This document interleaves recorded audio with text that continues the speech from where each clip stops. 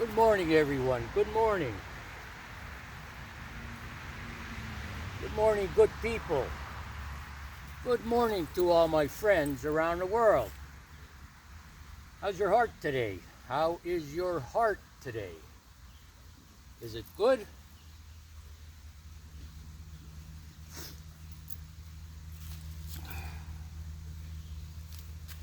How's your mind? Is your mind good?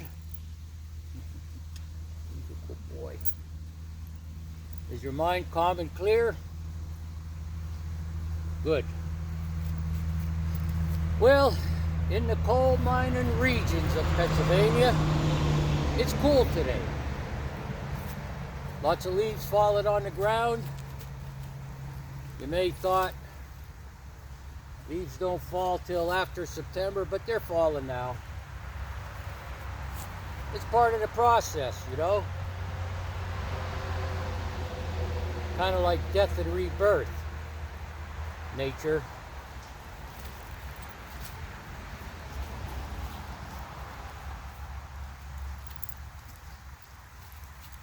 Everything slows down. It appears to slow down as the fall and the winter comes, you know.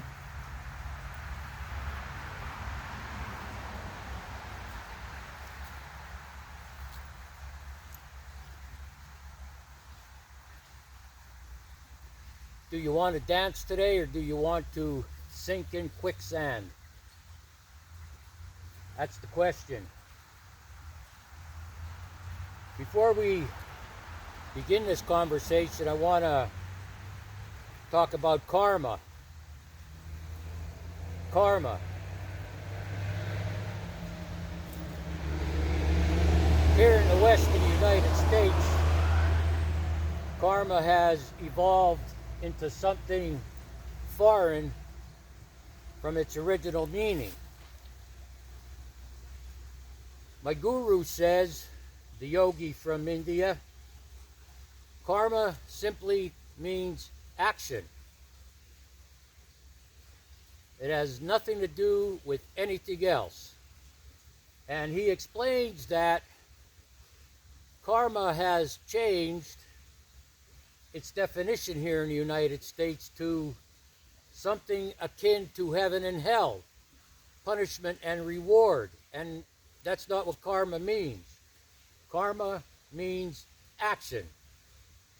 And our actions have consequences, excuse me.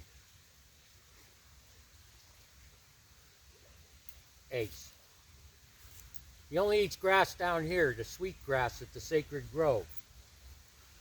Karma means action, and our actions have consequences.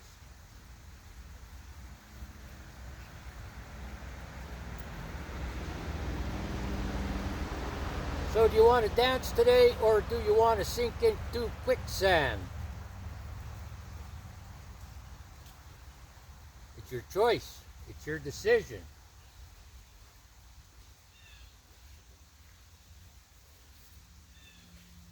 We talked about this the other day in a video about being happy and joyful. And people seem to think or believe this ecstatic state or this pleased state that leads us to joy and happiness, that strong emotional feeling has to exist all the time.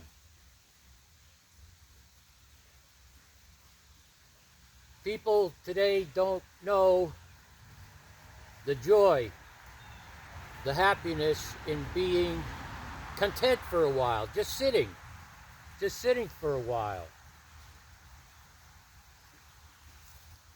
I sat on my deck this morning for 5 to 10 minutes.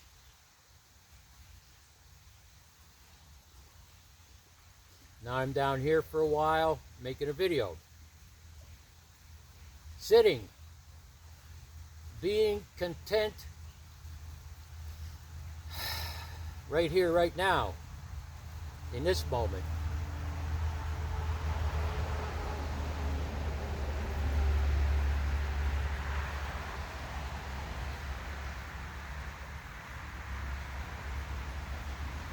What would make the difference today if you dance or if you sink into quicksand? What would make that difference?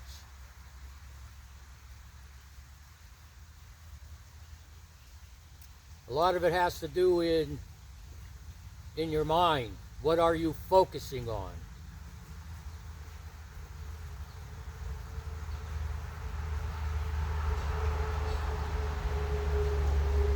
A lot of people live in the past. A lot of people are still living in the past. And the truth is, the past does not exist anymore. It only exists in your memories. I'm not talking about people living in the past that think about joyful times and happy times. I'm talking about people that live in the past that are still blaming people, places, and things for the quandary that they're in today. If this person didn't do this, I wouldn't be like this, or, you know, maybe I shouldn't have gone to that place, but I did anyway, and that was a horrible experience.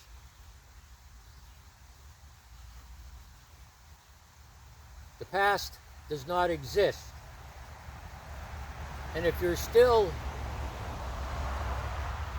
holding on to misfortune from the past, it's stunting your spiritual growth. Especially because it doesn't exist. Only in your mind.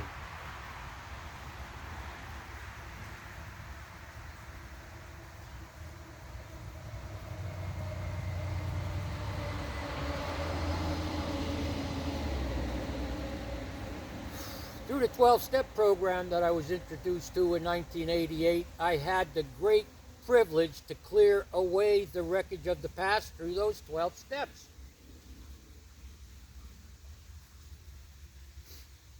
Clear away the wreckage of the past. The wreckage. If we look at the past and those negative things we think about and the horrible experiences and the hurt,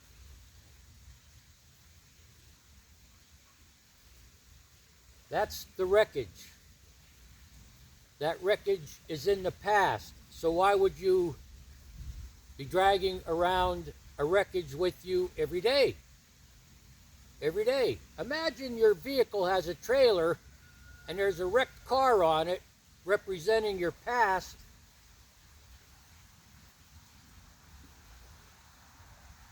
Why would you haul that around everywhere?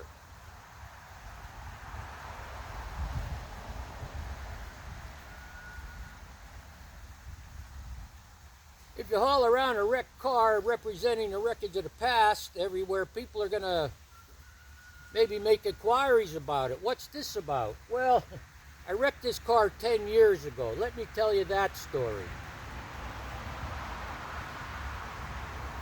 And it's no different than when you meet up with people that you associate with or your friends, and they look at you, what's wrong with you? Because people could tell when there's something wrong. Your facial expressions, how you carry yourself, probably your head is down when you walk. People can tell.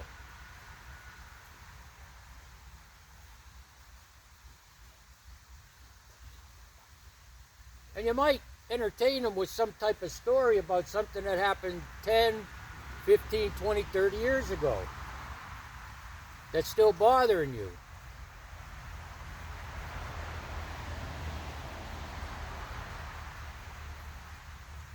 Truthfully, we could say you're still a wreck about it.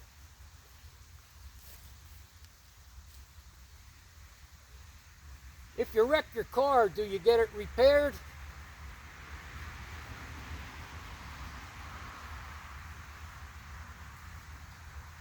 Or would you drive it around with the front end all smashed up or the back end all smashed up with flat tires and fluids leaking out of it? Would you do that, or would you get it repaired?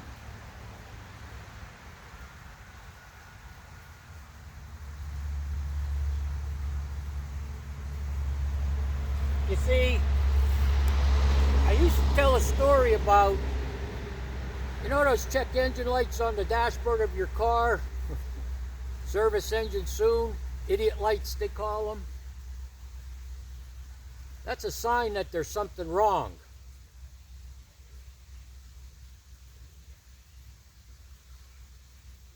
I had a vehicle one time and the check engine light was on, and I was so squirrely then, everything still had to be perfect with me. So I had this picture of Jesus and I put it over the check engine light thinking I'll be okay, right? But the check engine light is an indication that something's wrong. If you're walking around with your head down, your shoulders slumped down, and your gait, your walk is melancholy, your check engine light's on. That's your check engine light.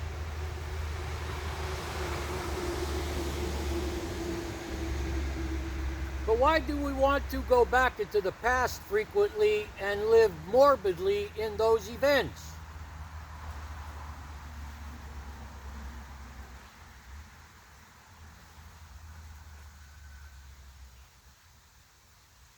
One reason is you might have been raised that way in a family that did that as well.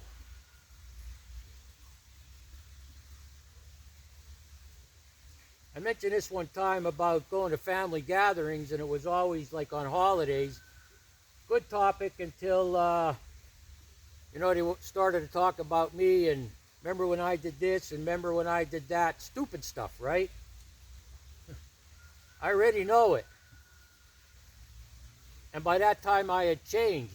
I had that psychic change, that spiritual awakening, that profound personality change. And I was transforming my character and personality, but however, albeit nonetheless.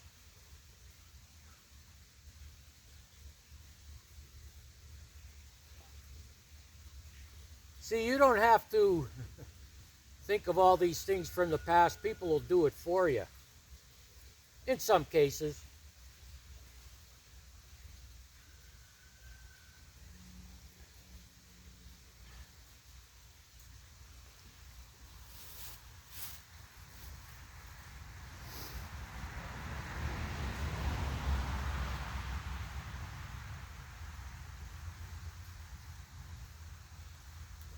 How can we escape thinking about the past? How can we escape dwelling on the past? How can we escape being a slave to a period of time that doesn't exist today?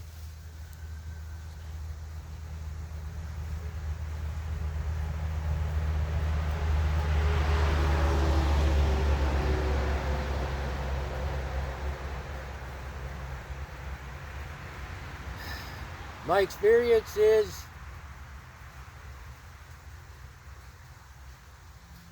to crawl out of the hole I dug for myself,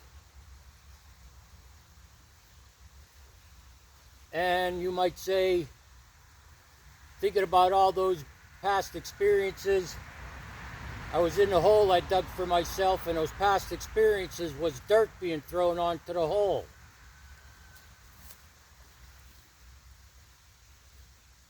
And if that happens, you'll start to suffocate. For me,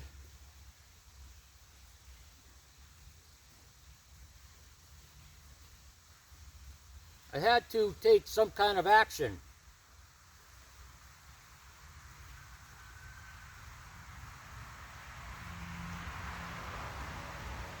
It was like an overhaul, a mental overhaul. What was? Those 12 steps. And I mentioned this before, I'll mention it again. Those 12 steps are not just for alcoholics and drug addicts.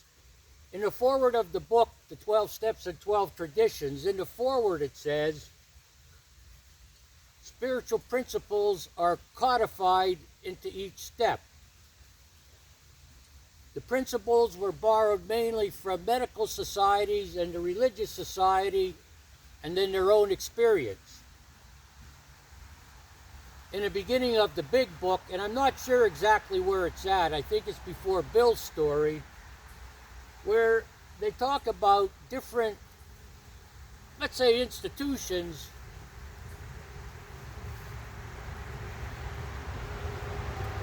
that gave a thumbs up to the 12 steps.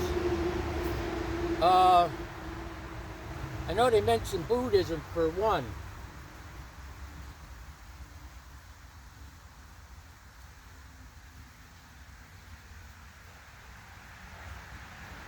I think codified into the 12 steps as well is a lot of Stoic wisdom.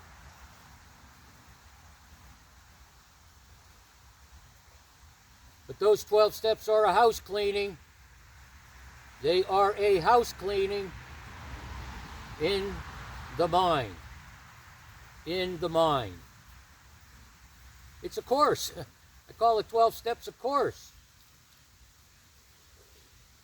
If you want to dance today and not sink in quicksand, take a look at those 12 steps.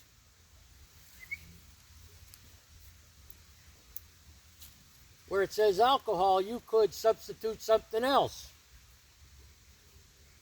Maybe you hang on to anger a lot. So the first step would be, we admitted we were powerless over anger, and our lives had become unmanageable because of it.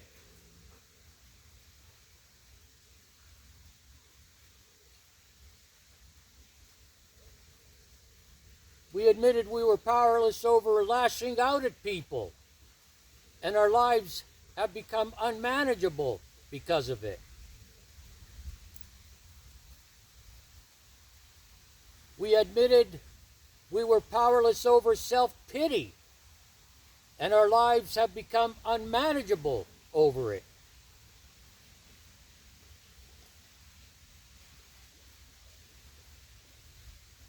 We admitted we were powerless over being control freaks, and our lives have become unmanageable over it. We admitted we were powerless over playing the victim, and our lives have become unmanageable over it. You get the point?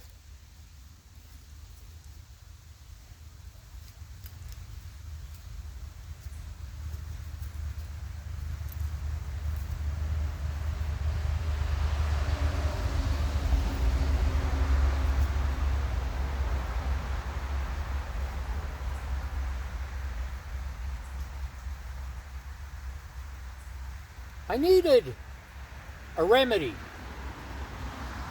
I needed a remedy that was a call to action.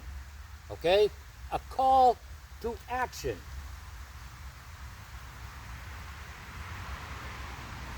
Not a verse from a book. Not something to read. A call to action. I don't know what he sees up there. A squirrel maybe. That's enough. Come here. So the 12 steps for me were a call to action. That's enough.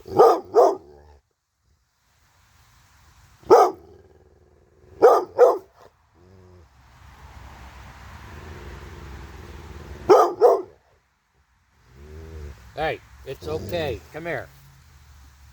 Come here, you. The call to action is to look at ourselves. The call to action is, why aren't you dancing today? Why are you sinking in quicksand?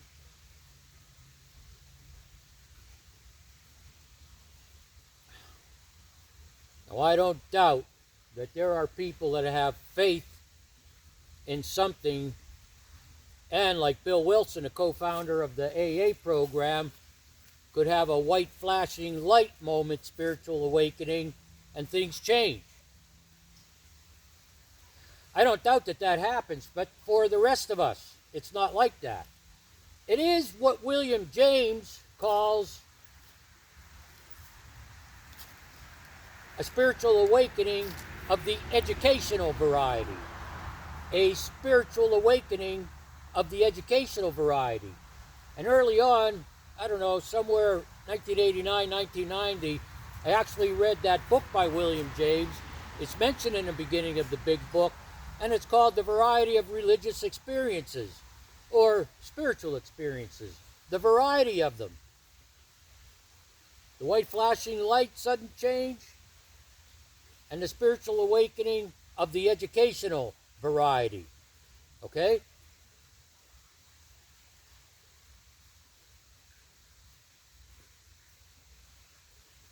And I got that education taking that course, the 12 steps.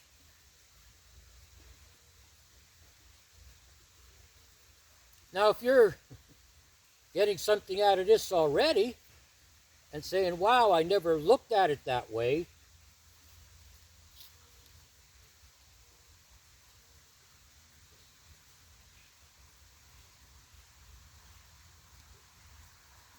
you're at step 2. Came to believe that a power greater than ourselves could restore us to sanity.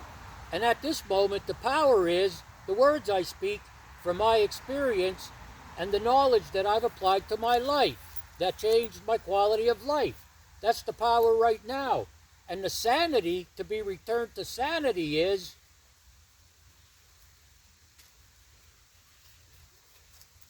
I can dance. I don't have to sink in quicksand. To continually, day after day, sink in quicksand is insanity.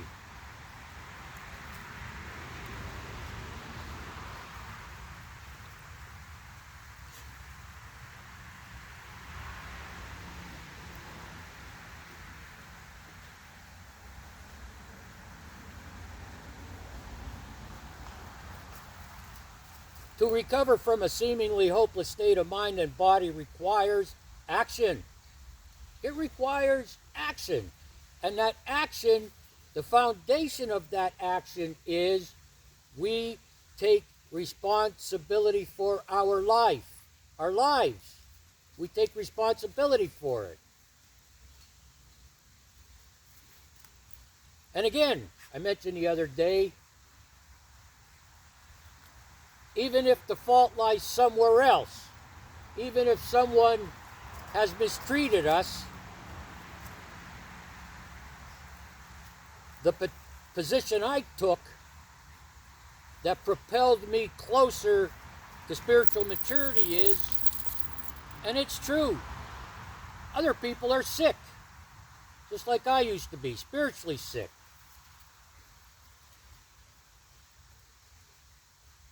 The guidance in their lives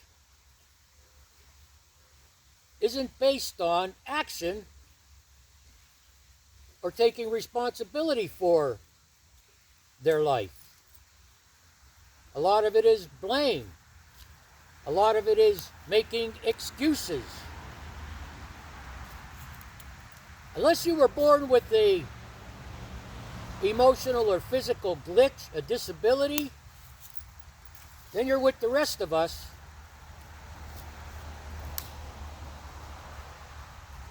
Who have a choice to make, a decision. Am I going to dance today, or am I going to sink in quicksand?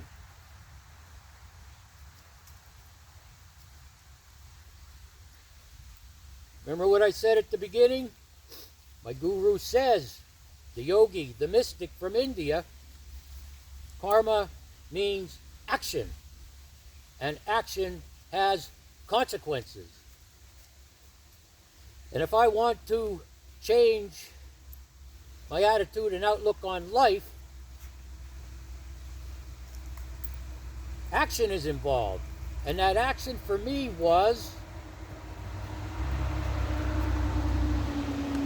a pencil, a pen, or a paper.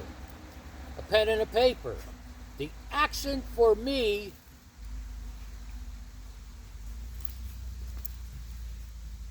to have that personality change, that psychic change, was a pencil and paper.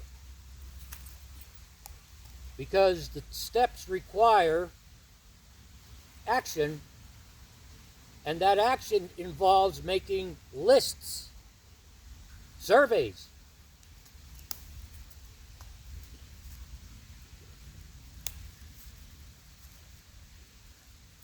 I know.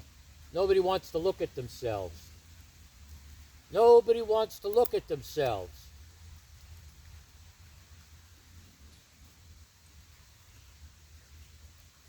Well, my answer to that is, if you have a gunshot wound, a Band-Aid won't fix it.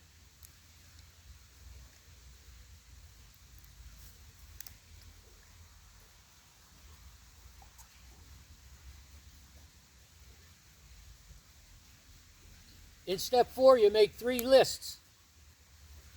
The first list is who I'm angry at or have a resentment against, why I have it, and how it affects my life. Then we list our fears. Then we list our sex conduct.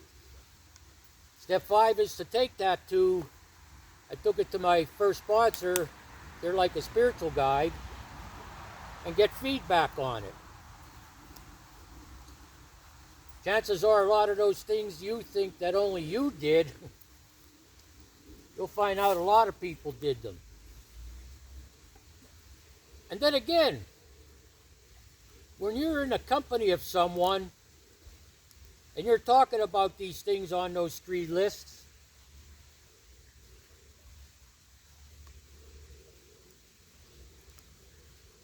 you might have to force yourself to do it.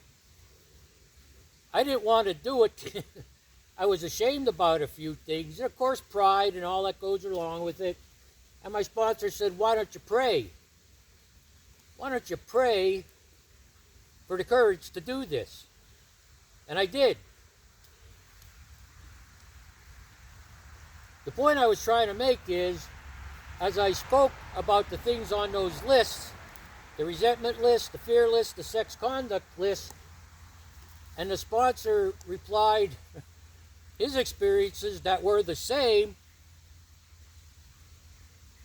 I didn't feel alone. And that restoration of sanity that happened back in step 2, that started to happen,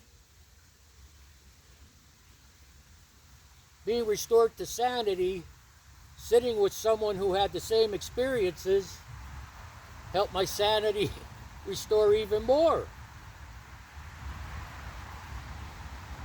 Steps 6 and 7 are about personality and character defects and shortcomings.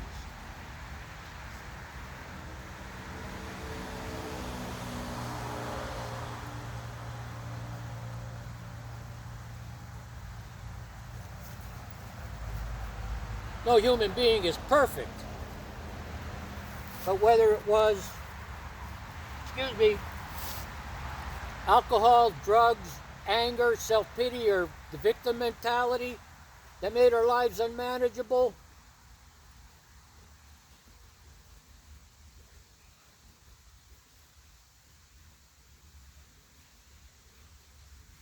those activities affected our character and personality.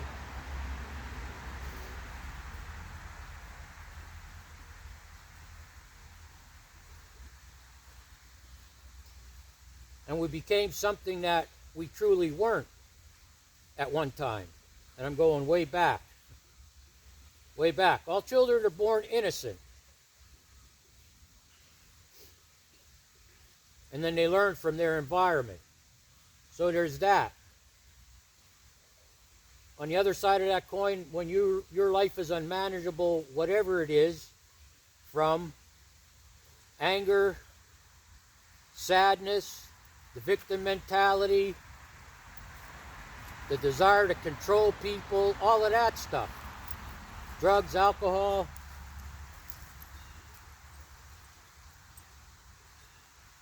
it changes our personality and character.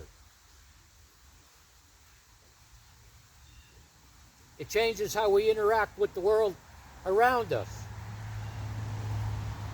It changes how we feel about other people. It changes how we feel about ourselves. And you might have said many times, I have to be this way. People are out to get me. And in 2024, that may be a pretty true statement. People are lost today more than ever. After the COVID, life was not the same for a lot of people. For spiritual people, for spiritually mature people, we weathered that storm. Came out the other side.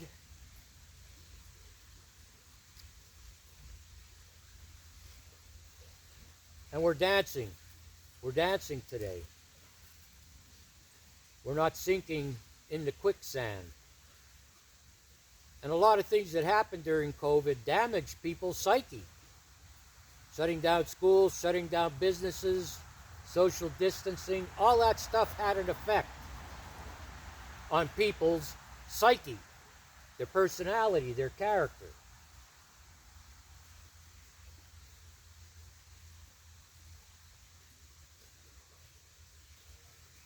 You want to dance today, or do you want to sink in quicksand? The choice is yours. The choice is yours. What is holding you back? Are you dwelling on the past? The past does not exist except in your mind. Why relive it?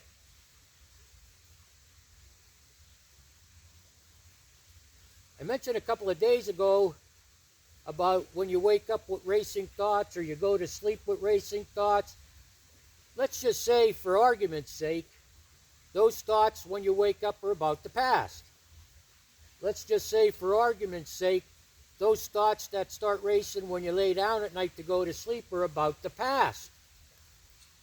How do you stop it? I gave you a remedy, a starting point. When you wake up and your mind starts racing, you need to stop it. How do you stop it?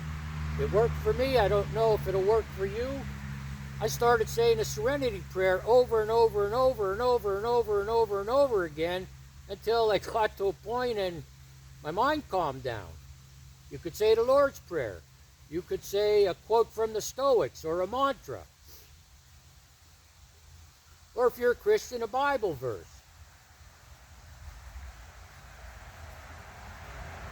The moment you wake up and those thoughts start racing and it's from the past, things that happened, you start repeating something like that. Serenity prayer, Lord's Prayer, a mantra, a quote from the Stoics, a Bible verse. You start saying it over and over and over and over and over again until your mind calms down.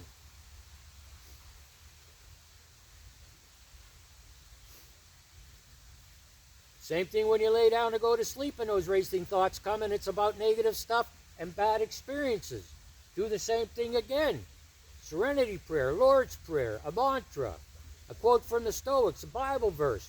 Say it over and over and over again. Eventually you'll fall asleep. What you're really doing is rewiring the brain. You're breaking an old habit. The habit is waking up. The habit is you awake and all these thoughts come. The habit is you go to lay down at night and all these thoughts come. It's a habit that you need to break. You could call it an addiction. You become addicted to this activity in the morning and at night. That's one way to break it.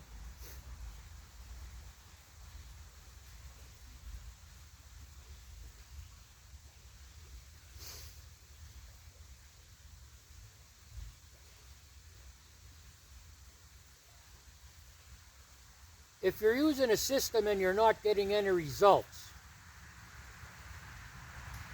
if your attempts to change your attitude and outlook on life are failing, you need to look at something else.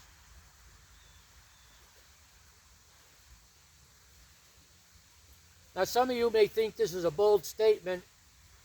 Think it if you want. But if you're afraid to try something else because the group you're with or the institution you belong to might shun you,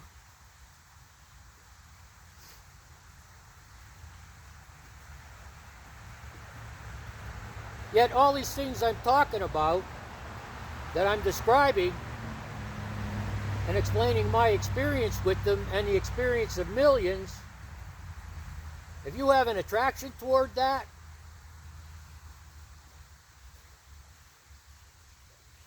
Why would you live in misery complying with your group or institution that isn't working? Why would you live in misery?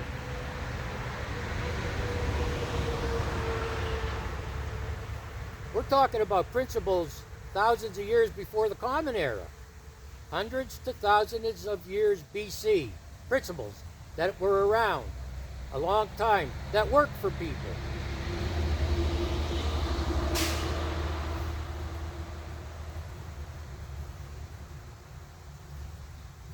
You can Google the 12 steps of the 12-step program and insert whatever it is that made your life unmanageable. Insert that in place of alcohol.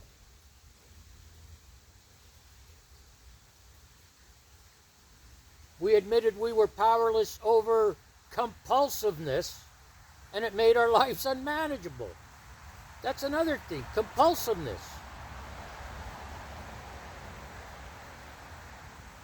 Are you a compulsive person? How's that working out for you?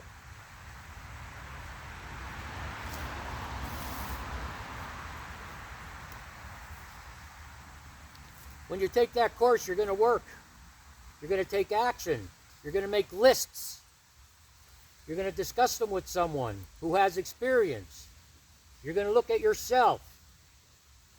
You're going to get an understanding of how, you're going to get an understanding of why your days were turning out that way when you were powerless over something. You're going to get an understanding of it. You're going to go, wow, it's no different than what I mentioned yesterday on what I do today to maintain my spiritual condition. Let's say I woke up, just check to see what's in my credit union account, and I see a charge there that I'm not familiar with.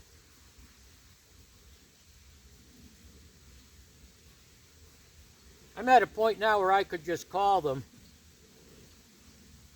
speak to them, get their input, and 9 times out of 10, and most times 10 out of 10, it's resolved. But when I wasn't balanced, right? When I wasn't spiritually mature, I would look at my account. There's a charge on there I don't know about. Somebody hacked me. Somebody stole money. Somebody's out to get me. This isn't right. I've been intruded. There's an intrusion. My life is collapsing. I'm sinking in quicksand. You get in your car, or I would get in my car, go to the bank or credit union, go in there all riled up, and make an ass out of myself. Because I wasn't balanced. Because I wasn't spiritually mature. Because I was still living in the past and not paying attention to what I was doing today.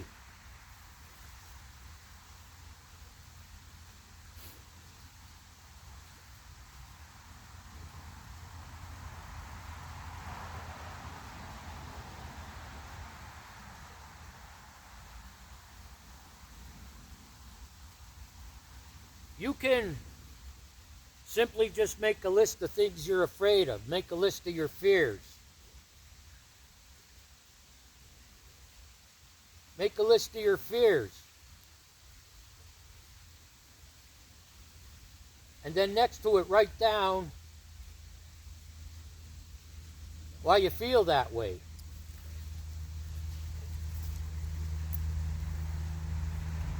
And then ask yourself, is it realistic?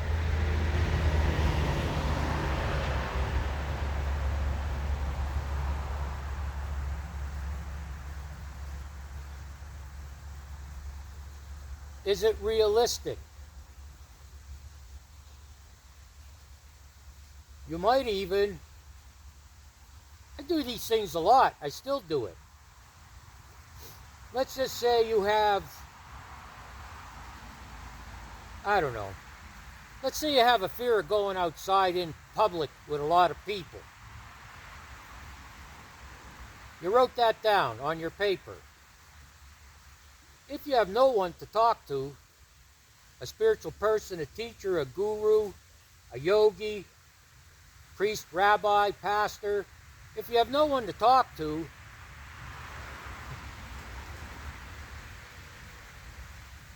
take that phone you have and put it to good use. Google, why do people have a fear around other people?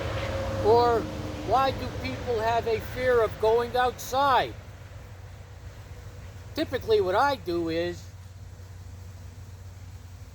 look at a couple of the sites that are involved in psychology, and then if I look a little bit more, there'll be some sites that give an answer, and those sites are spiritual in nature. God conscious in nature.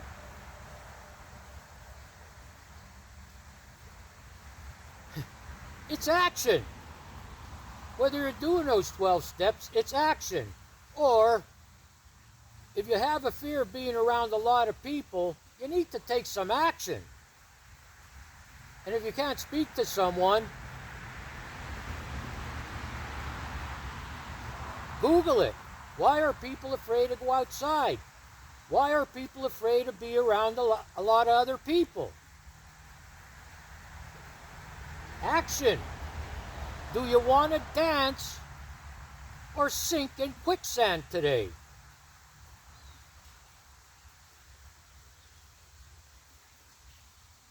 Dancing requires action. Sinking in quicksand, well, you stepped in the wrong spot and you're going down. I don't care how much you flail your arms. You're going down every day when you sink in quicksand instead of dancing.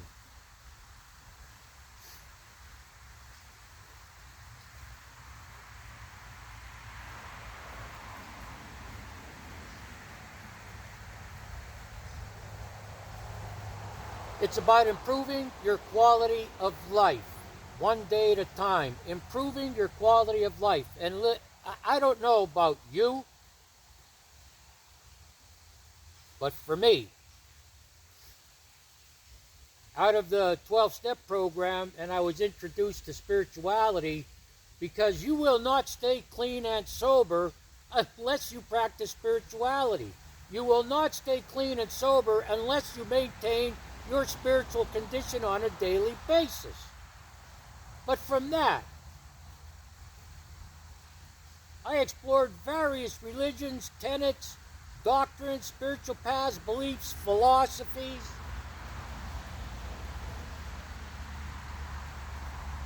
And took teachings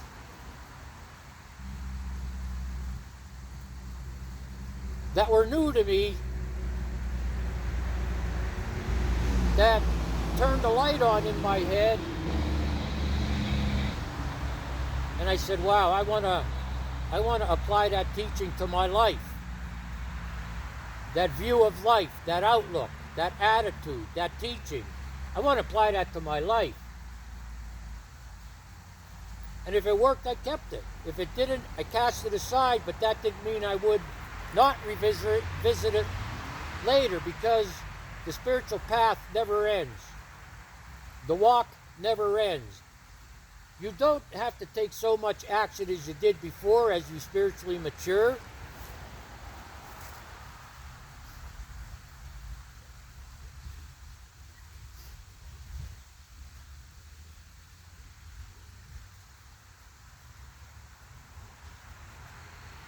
Maybe you don't want to do the fear list. Okay, try this one. Take a piece of paper and a pen and write down all the people you're angry at. I think my resentment list was like 3 pages long, both sides. Write down all the people you're angry at. Write down in the column next to it why. And in the next column, write down how it affects your life. How does holding resentments affect your life? Leave a comment below. How does resentment affect your life? I want my friends to tell all of us, their experience on what being resentful all the time does to your life. Leave it in the comments below, please. Maybe I'll learn something new. I'm not afraid to say that.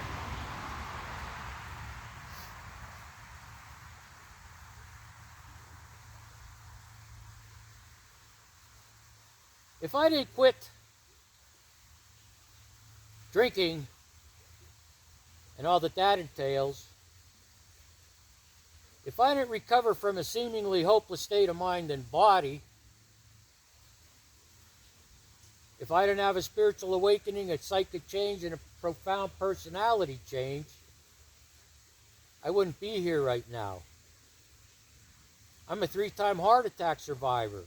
2 on the same day in July 2009, and then I survived the Widowmaker February 26, 2015. I survived the Widowmaker. That was the 3rd heart attack. You think I didn't look at life differently after that?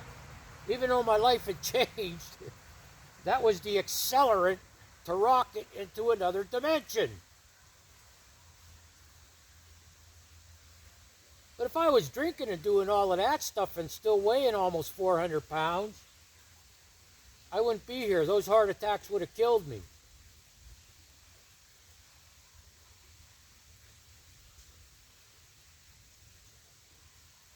The doctors told me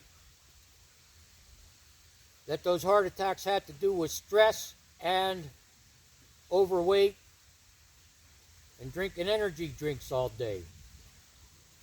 A lot of stress after my daughter died.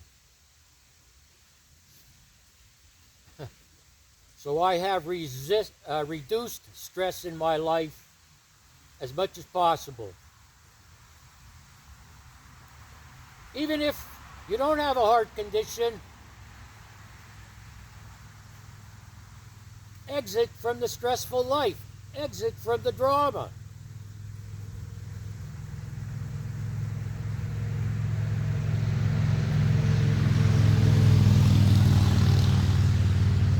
The truth is, being that emotionally upset and mentally tripped up by things that make your life unmanageable, alcohol, drugs, anger, trying to control people, being in a victim mentality, all those things I mentioned, they will affect your body. Your body.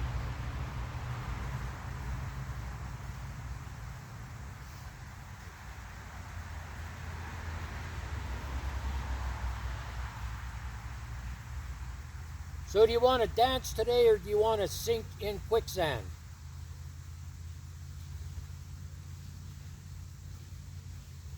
Let us know in the comments below. Let us know if you're having an obstacle you can't get over. I would rather not. I would like to hear from everyone else what they have to say to help you.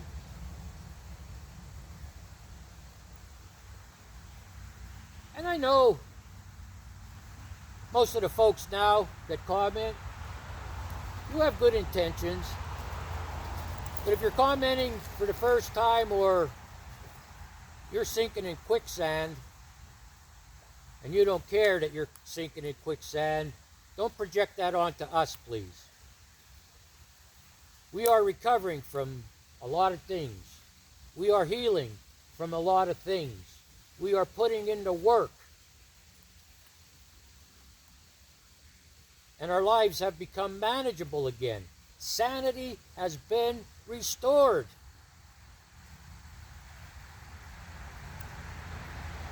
Talk about that in the comments. How has your sanity been restored? I never thought there was a day I would get up and not want to drink.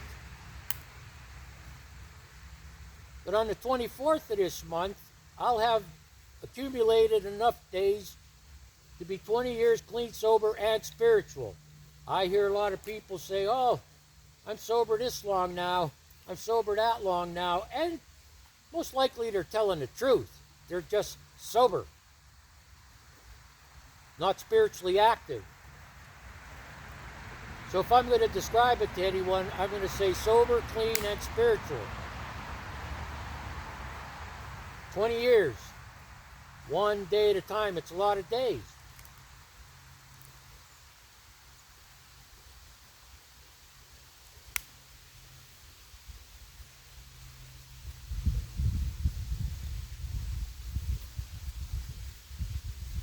I'm waiting for the phone to fall down. Anyway, on that note, because the breeze is getting stronger, you want to dance today, or do you want to sink in quicksand? It's your choice. It's your decision.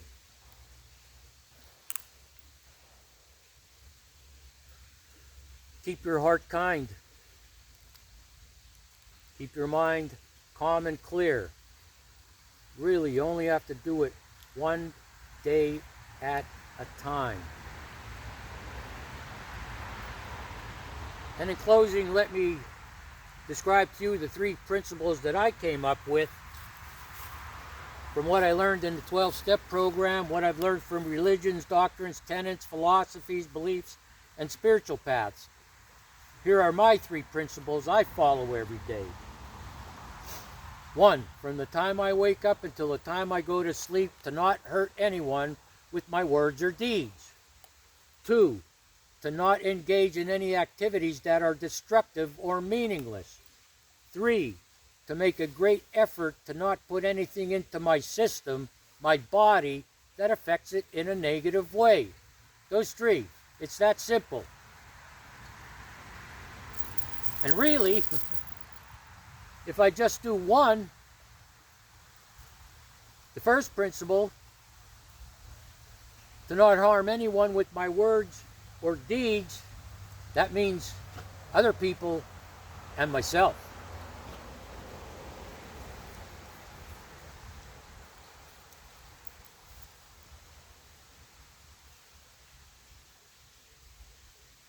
It was a slow start for me today. I didn't have racing thoughts when I woke up. I just... I felt stunned by something. Stunned. S-T-U-N-N-E-D. And I'm like, oh, I'm not sure what kind of day this is going to be. And then a voice in my head, I hear voices, said, don't you tell people to not judge your day by the first 15 minutes, right? And I'm like, yeah. And I know that once I get going, moving, move a muscle, move a thought. Ever hear that saying? Move a muscle, move a thought. So I know once I get going, the blood starts circulating. But most important in that blood is oxygen. My body needs oxygenation. And I reminded myself of that this morning. Blood flowing, more oxygen. That's when I start to loosen up, because all the joints, the stiff joints, the painful joints, get oxygen. And now it's not like it was when I first woke up. So even I don't want you to think that I'm this perfect person. I'm not. So I had to remind myself about what I remind you. And it worked. It worked.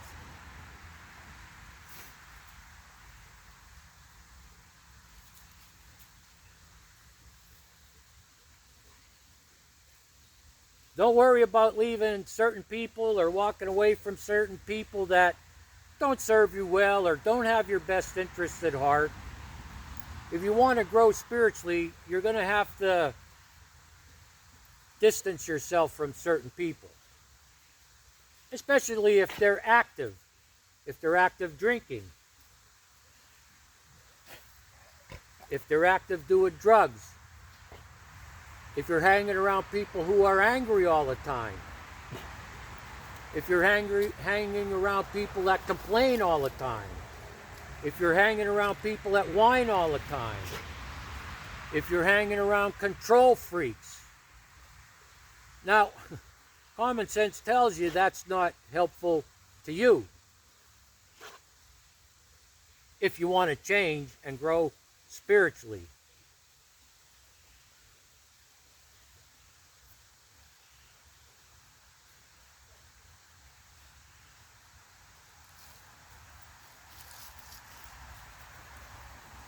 Well, Johan and Ace are out.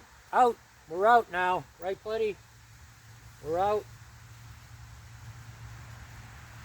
We'll stay here for a little bit and then go up to the house to eat.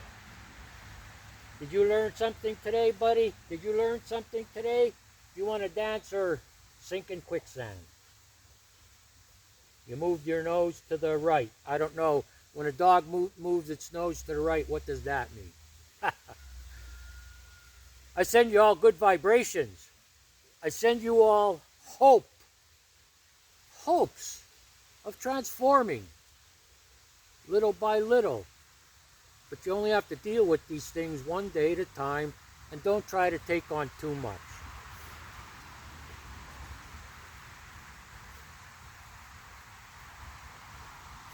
My prayer is that you find a method, a concept, an idea that helps improve your quality of life. Because as far as I know, this is the only one. And even if we do come back, that's neither here nor there for this conversation about today, right now.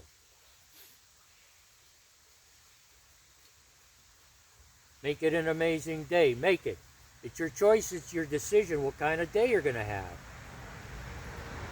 So why not make it a good one? And not just that, make it an amazing life. It's your choice. It's your decision what kind of life you're going to have. So why not make it a good one? Take some action. You're going to need to take some kind of action and apply it to your life, these principles, and see the fruits of your labor.